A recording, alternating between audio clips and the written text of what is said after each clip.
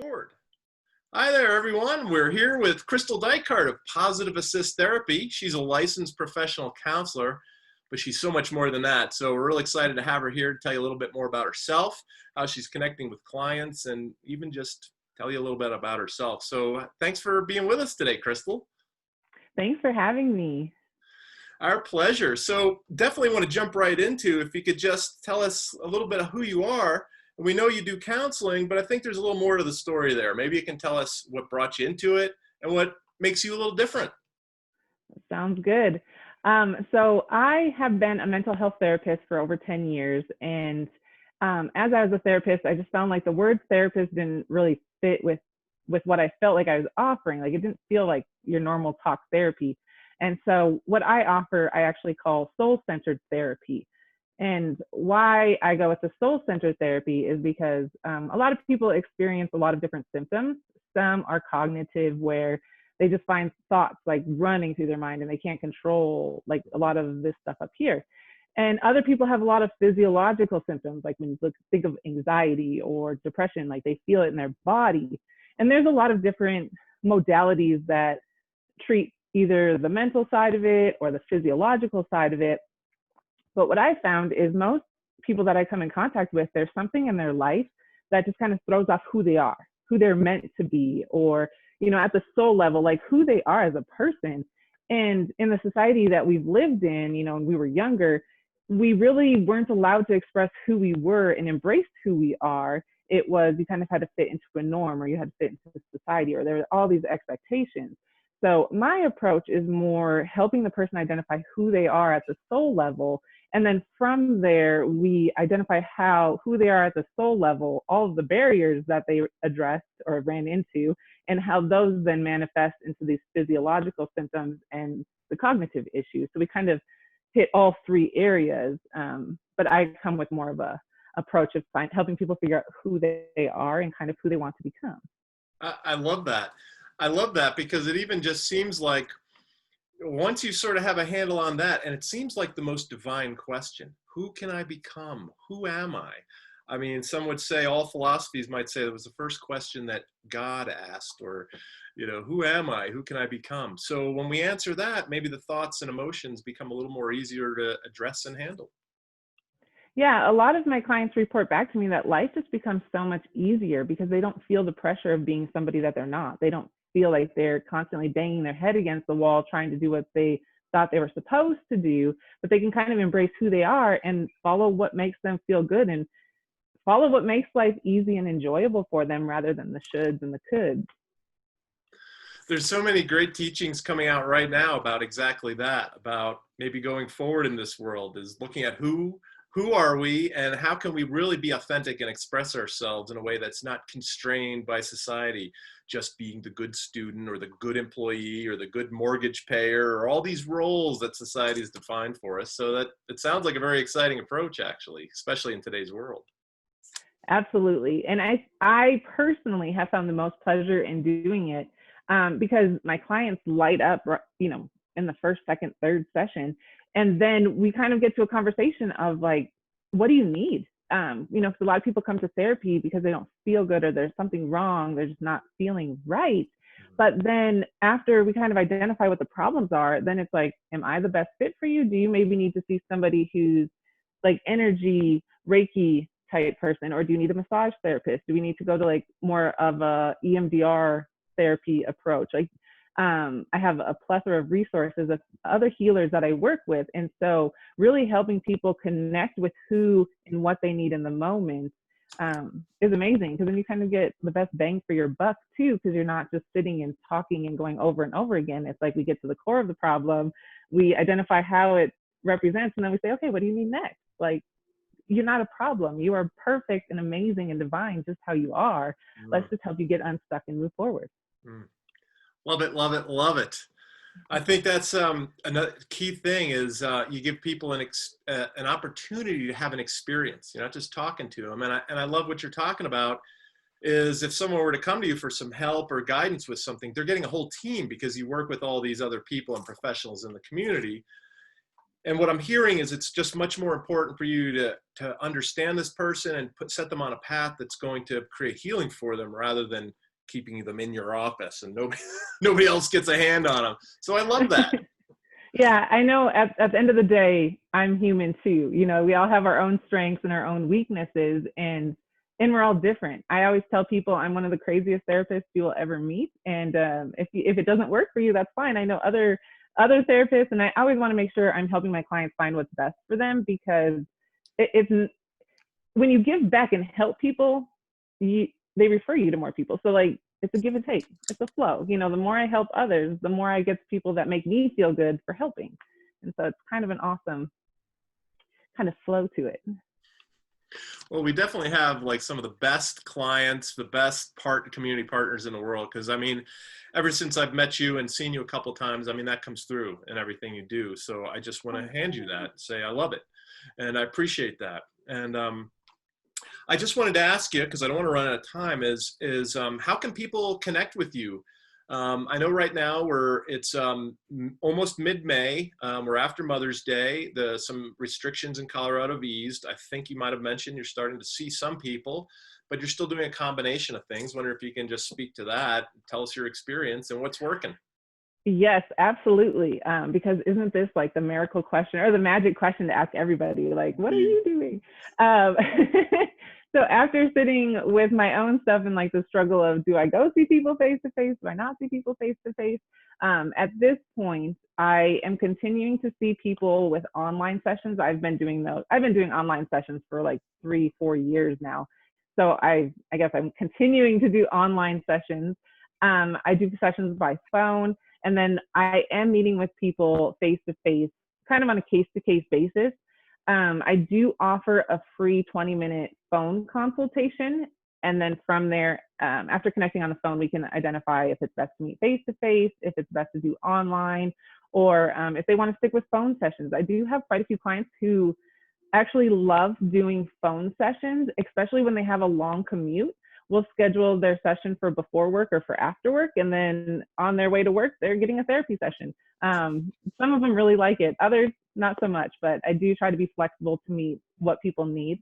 Another resource I would like to recommend or let you know is I also do Dolphin Energy healings. So I work very closely with Dolphin Energy, which, being in the mountains, it is kind of weird and awkward. I often ask why I couldn't be living by the ocean, but it is really awesome to be here and to see how many other people connect with the energy and feel that same way of how they'd love to be at the ocean, but we live in the mountains. And we don't really want to give up the mountains, because that's pretty awesome too. So we bring the best of both worlds. So since it is something that's kind of different, and with all of these transitions and changes that are happening, and as we increase our vibrational level to become more within the fifth dimension, the dolphins and whales naturally function in that frequency. And so on Wednesdays, I offer a free meditation. We do it through Zoom, and it's every Wednesday. And so if people are interested, they can send me an email or check it out on my website. I'm sure we'll get all that information at the end and at the bottom. Yeah, well, I'll make sure to put all your links, and I'll mention that when we in the video underneath. So if it's not within the video, it'll be right underneath in the writing for sure. Perfect. Yeah, and so it's every Wednesday, and it's free for everyone. I love it. You mentioned, like, you know, you mentioned the word 5D, you know, and it's like, what do we say and what do we not say? But I do think the earth is evolving energetically, and I agree with you, and I absolutely believe it and know it. And I think things like an open mind, like you talk about the dolphin energy, and you've got that great ocean scene behind your head, so it's perfect. But what a better gift to live somebody landlocked in the mountains, but a little breath of fresh air from the ocean, even if it's just the energetic. And I guess it's a perfect way, you know, it's a perfect choice, because it just suits you. You know, you seem joyful and fun. You always got a smile. I mean, when you start laughing, I'm thinking of a dolphin, you know, not that you sound like that, but it's the same exuberance you have. It's beautiful. Oh, thank you. You know, so that just rings true. And I think that in today's world, having an open mind, looking forward, is something we should all have. If you've not experienced talking to somebody and exploring this idea of dolphin energy, I definitely think it's worth exploring. Time for an open mind, time for new ways to connect with people, new ways to find healing, new ways to find our joy and our bliss and our exuberance. And what a better person to learn it from than somebody who embodies it. So Well, thank thank you. you. I've I, also found during this time, like there's so much unknown, there's so much fear, there's so much, it feels like craziness, even though nothing is happening. So it's like such a weird, dynamic that we're living in at this moment that I've gotten a lot of feedback, especially from moms who are home with their kids trying to do work, school. They're like, now they're an employee, a teacher, a wife, they're doing all these different things. Oh, I know. They're so amazing. Like the moms I talked to, I thought it was hard for me, but I have older kids. I have one 4-year-old and then I have 2 older girls. And the older girls, they do all of their schooling, they ask me a question every once in a while, but I don't have to do it. But the moms that are with the elementary kids and like the younger ones trying to do remote learning, oh, bless your souls. yeah. But I've had quite a few that come on to the meditation on Wednesday and they're like, we just need a break. I need somebody to love me. I'm going to just lay here and take it all in. And then they get a little, it's kind of like an espresso shot of energy to refill you, and then they're ready to go. I love it. Little love and enthusiasm. What a beautiful gift. We'll definitely make sure people get on it for this coming Wednesday. Today's Tuesday. So we'll get this thing up there today and see if we can steer some people over there. Oh, awesome.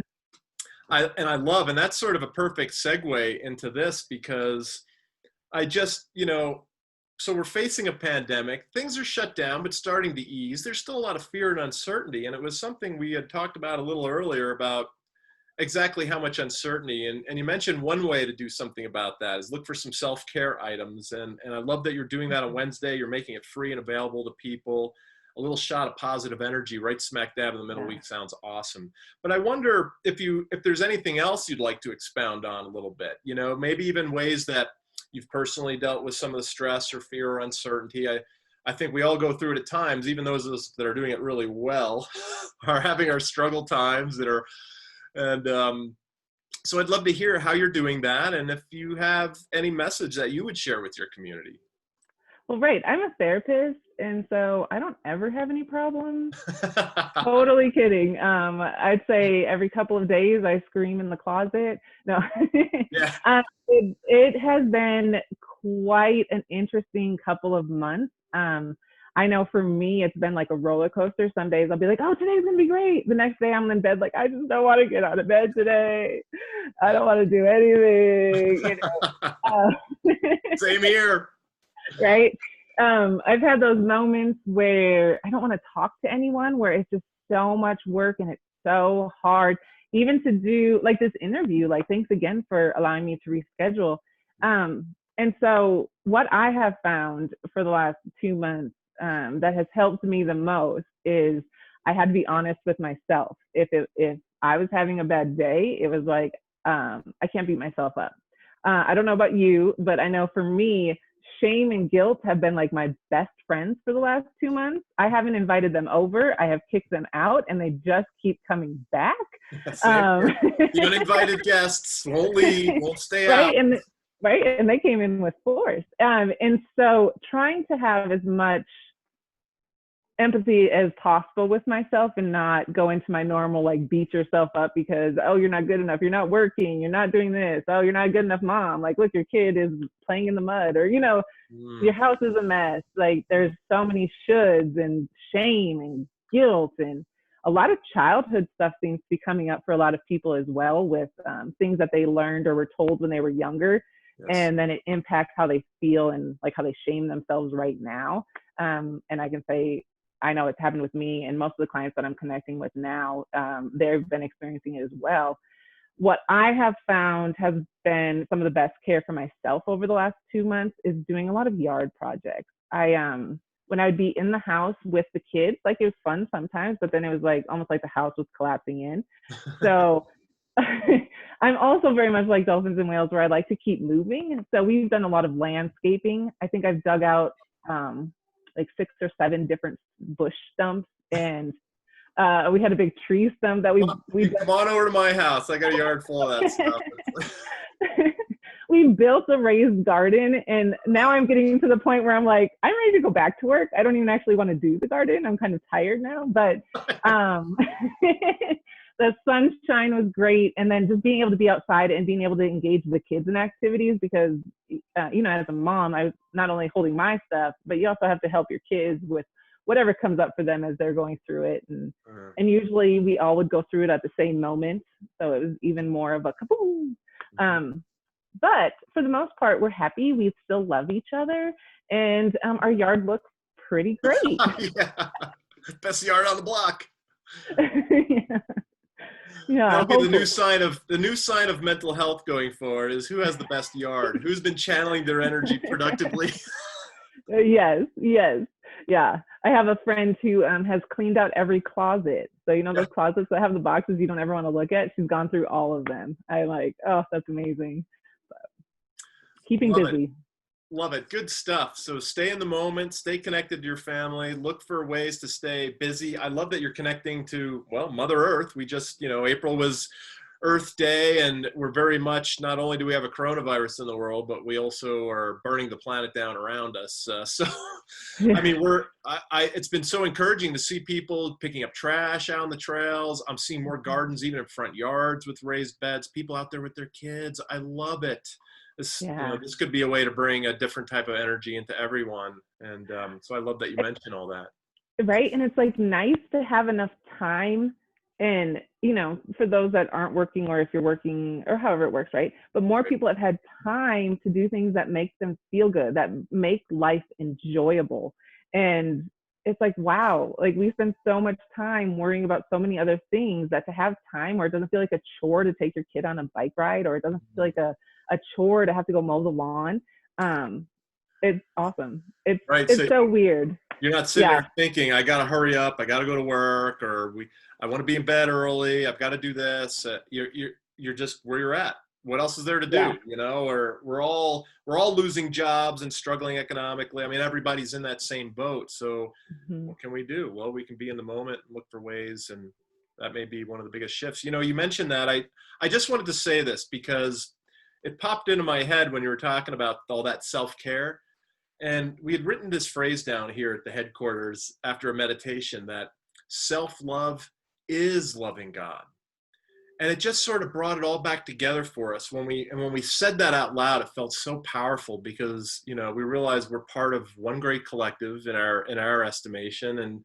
And so taking care of this thing that God created, which is my mental health, my emotional health, and my physical health, is loving back the God that gave me life, that gave me all this to play with and to go have my experiences. So a little self-love, I think, is crucially important and goes a long way. Yeah. Well, and self-love is definitely something that most people weren't taught when they were younger. It's like, it's so easy to love someone else, like go do something nice for someone else. But then how hard is it to ask for help or to love yourself when, I would have days where it's like, oh, I'm so lazy. I'm so terrible. I need to be working. Like, what am I doing? This is and the shame and those negative self-talk is so common that it is a very different way of thinking, of living, of experiencing this life that you have when you give yourself that self-love. Like it feels like you're so much more than you've ever felt. I love it. And it's a great way to wrap up too. The concept of self-love and for anyone listening to this interview, it wasn't necessarily our intention, but certainly if you're struggling with any of that, Crystal will be an excellent person to contact to help guide you through it, to help restore it, to find such with joy and exuberance. You couldn't be in better hands. So I want to thank you for being with us today. And I appreciate we just get a quick share, and I hope people enjoy this. I love learning more about you. You're interesting, fascinating. I love how you interact with people, and I look forward to more people getting to experience that. So thank you so much for being with us. Oh, thank you so much, Doug. All right.